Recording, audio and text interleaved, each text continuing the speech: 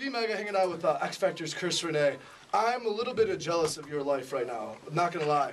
Not only because of everything you have going on, I've literally been sick, like locked up in my apartment for 72 hours, haven't been able to eat or do anything. And every time I see your Twitter, you're in a new place. So where have you been in the last 72 hours? You've been everywhere. I don't even remember. I mean, let's see, we were in Fresno, Stockton, Central Coast, San Diego for a little while. San Diego, Sacramento. Where's Palm Springs, Sacramento. I'm just living vicariously through you right now since I haven't left my apartment. It's exciting. It's terrible. What's the best meal you've had since I haven't been able to eat? I just had his Philly cheese steak, and I ordered another one so I could take it with me. I'm gonna eat it at 4 o'clock. Real food sounds so good right now. I'm eating Pediasure. I don't know why. These two little kids. And in those drinkable yogurts, it's been disgusting. Oh my God. One of my favorite parts on X Factor, which I think is probably one of the coolest things about the reality TV singing, is when Simon, who thinks he knows everything, you can see his facial reaction when you introduce yourself and you're like, I'm going to sing a song called Young Homie. He's like, all right, here we go again. This is going to be one of those highlight reels that aren't going to be good. Totally prejudge the book by its cover. And then all of a sudden, they're all standing up for you. You've won over the crowd. It was probably one of my favorite moments when you sang Young Homie on that stage for the first time. Thank you. You were just getting out of rehab, what was 72 days-ish? 70, yeah. 70 days. What was it like for you on that moment, on that stage, singing the song? Was it the first time you performed it in front of a live, big audience? In front of famous people? Yeah, it was my first time singing in front of famous people. There was 3,000 people there. Before that, the biggest I did was 1,000, which was just huge. Still. But, that was my first time on television and in front of these incredible people that make a lot of things happen. The feeling that I have was it felt successful. No matter what they said, for me, the crowd was screaming. Right when I started, the first thing, yeah, they're like, I'm like, what? What? I'm like, yes, they see something, special, Yeah. and that's what made me happy. You talked about the feeling of success. I think a lot of people, I'm always thinking of that when I'm watching American Idol or The Voice or X Factor. Do you guys kind of feel that, or is there still a lot of pressure to win? Because there's only so many Kelly Clarksons, and then for every Kelly Clarkson, there's a Taylor Hicks or a Ruben Studdard that people didn't go on to success. Wow. So are you feeling the pressure of I need to win this? Are you kind of I could be Chris Daltra, I've gotten onto this platform and gotten to this music, my music outlet has been out there and reached to so many people. Right now, today? What do you mean? Or when you were on X Factor. Okay, when I was on the show. Now, of course, I wanted to get as far as I could. I wanted to stay on, and there was a lot of pressure before you go and do the show. They show the whole reel of my life and what's going on and what's happened, and then it's Chris, Rene, and it's all. I'm like, whoa! All right, and then I just go. I'm go out there and do it. It was a lot of pressure and a lot of work put into that. I feel I don't know, but I guess the Whitney Houston recently just passing, and there's a lot of connection with artists and addiction, and you kind of had the opposite story. You went through addiction while also going through still having a musical history, and then now it's kind of starting to see the musical success. Does it ever make you feel nervous that you're going to be surrounded by so many yes men? The amount of more success you have musically, you're going to be surrounded by the more drugs or more temptation?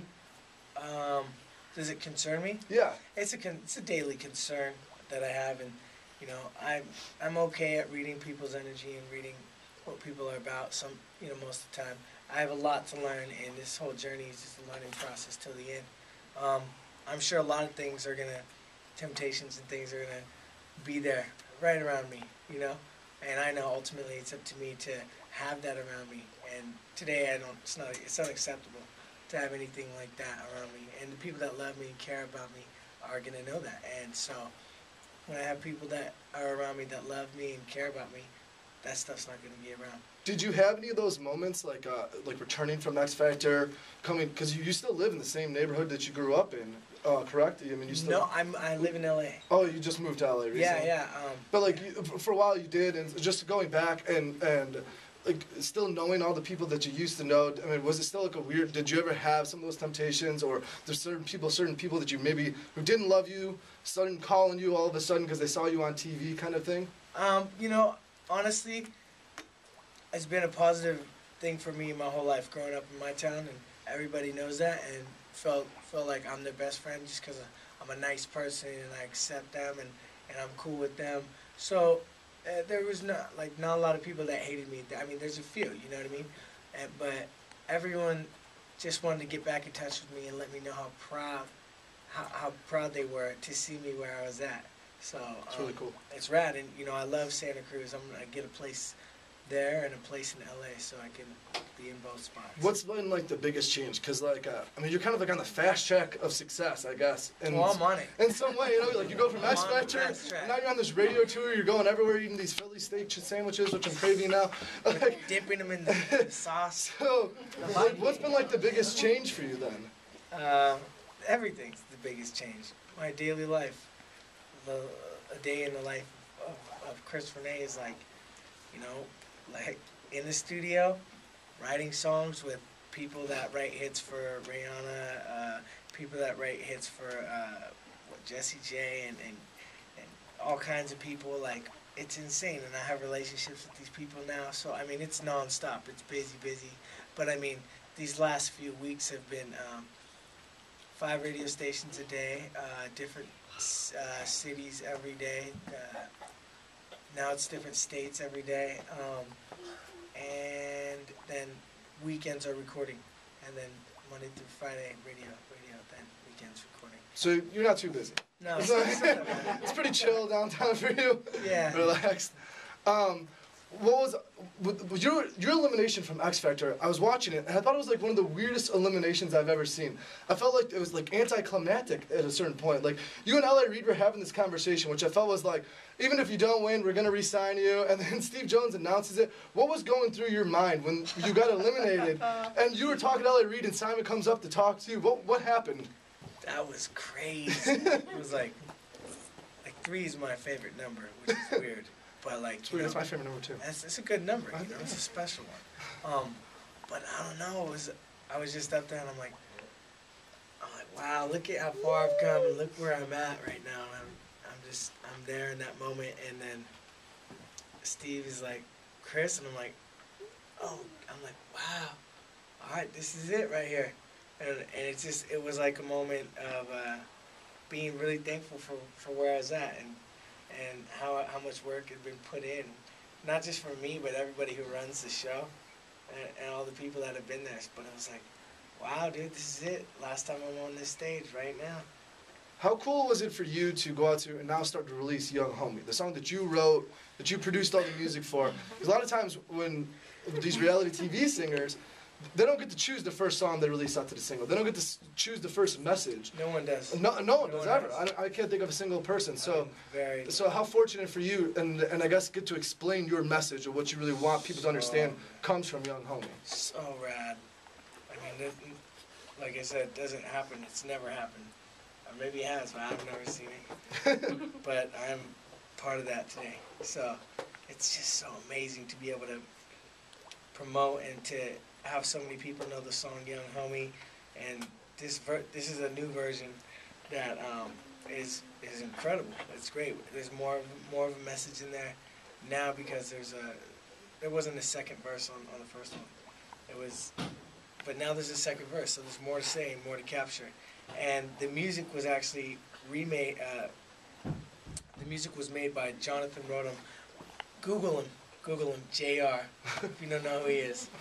Amazing super producer, and to have somebody like that, to work with somebody like that and have them recreate a song that I made originally is like, that's very, very what's the word, hold up, unique. No, that doesn't happen. So I'm just so lucky to have that happen to me. Well, I mean, what is the message? I mean, the message is basically you kind of like talking to yourself in a certain way. So, yeah. What is the message for everybody then, I guess? Oh, the message is, you know, through the, you know, let's see. I could totally just go through it word by word and explain what it means to you, but I'm gonna do half and half. Okay, like check it out. All right, so it's like let's just say here metaphorically, you're asleep, then you wake up. So it's kind of like waking up and realizing that life is important and special, and that like all the little stuff that I was tripping on is not necessary. It's unnecessary to be tripping on it. So like I'm like, hey, young homie, what you tripping on? Like you're looking at life like, and there's so many times I'm like, how did I get it wrong? Just like the lyrics, but it's like so many times I'm like, what am I doing wrong? And knowing I'm doing something wrong and not being able to stop it. And I know there's people out there that feel the same way and that do that. And there's going to be a point in everyone's life where they're going to realize, oh, change. It's about change, bro. But you're on this constant, you're on this constant path that you think is right, but actually, can you kind of realize and wake up and go, I'm not making the right decisions You know it's anymore. not right. Yeah. And a lot of times you know it even while you're doing it, but you still continue to make the wrong choices for some reason. Great message. You get to perform it live here at our Studio 57. After we get some meet and greets with all our listeners, you get to sign some autographs, shake some hands. X Factor's Chris Rene.